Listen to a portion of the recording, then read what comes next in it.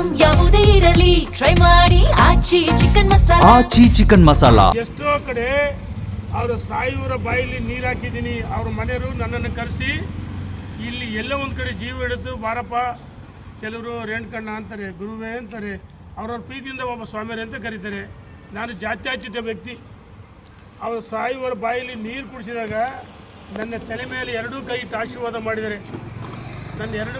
ಅವರ ಎರಡೂ ಕೈಗಳಿಂದ ನನ್ನ ತಲೆ ಮೇಲೆ ಕೈ ಇಟ್ಟು ಆಶೀರ್ವಾದ ಮಾಡಿ, ಯಾವುದೇ ಊರಿಗೆ ಹೋದರೂ ನೀನು ಈ ಬಾರಿ ಒಳ್ಳೆ ಕೆಲಸ ಮಾಡಿದಿರಿ, ಇಡೀ ಹೊನ್ನಾಳಿ ನ್ಯಾಮತಿ ಅವಳಿ ತಾಲೂಕು ಅಭಿವೃದ್ಧಿಯಾಗಿದೆ ಅಂದರೆ ನೀವು ಇದಕ್ಕೆ ಕಾರಣ, ಮತ್ತೆ ನೀವು ಶಾಸಕರಾಗಿ ಆಯ್ಕೆ ಆಗಬೇಕು ಅಂತೇಳಿ ನನ್ನ ಮೇಲೆ ತಲೆ ಮೇಲೆ ಕೈ ಇಟ್ಟು ಎರಡೂ ಕೈಗಳಿಂದ ಸಾಯುವ ಕೈಗೂ ಹೃದಯಗಳು ಆಶೀರ್ವಾದ ಮಾಡ್ತಾಯಿದ್ದಾರೆ.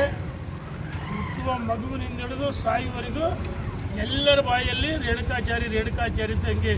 ನಾನು ಒಬ್ಬ ಜನರ ಮಧ್ಯೆ ಇರ್ತಕ್ಕಂಥ ವ್ಯಕ್ತಿ.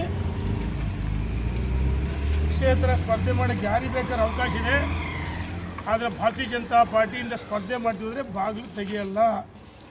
ಭಾರತೀಯ ಜನತಾ ಪಾರ್ಟಿಯಿಂದ 5 ಬಾರಿ ಸ್ಪರ್ಧೆ ಮಾಡಿದ್ದೀನಿ, 3 ಬಾರಿ ಗೆದ್ದಿದ್ದೀನಿ, ಅಭಿವೃದ್ಧಿ ಮಾಡಿದ್ದೀನಿ.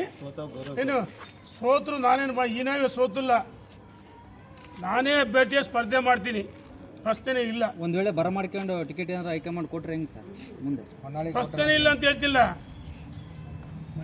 ಜನಮಾನಸದಲ್ಲಿ ನಾನು ಅದೀನಿ.